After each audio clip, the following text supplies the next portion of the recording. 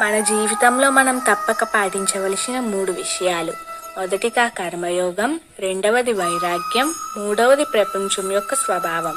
ముందుగా కర్మయోగం. నీ కర్తవ్యాన్ని నిర్వర్తించడానికి నీకు హక్కు ఉంది, కానీ ఆ కర్మ యొక్క ఫలితాలపై కాదు. నీ కార్యం ఫలితాలపై ఆసక్తి చూపించకూడదు మరియు అలసత్వాన్ని కూడా అనుసరించకూడదు. రెండవది వైరాగ్యం.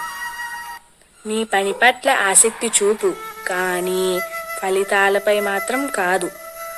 ఫలితాలను ఆశిస్తూ పని చేయకు, కానీ నీ కర్తవ్యాన్ని నిర్వహించడాన్ని మానకు. మూడవది ప్రపంచం యొక్క స్వభావం. ఈ లోకం నశ్వరమైనది మరియు ఈ లోకానికి వచ్చిన వారు కూడా నశ్వరులు. కానీ నా జననం మరియు కార్యాల సత్యాన్ని తెలిసినవాడు మళ్ళీ జన్మించడు.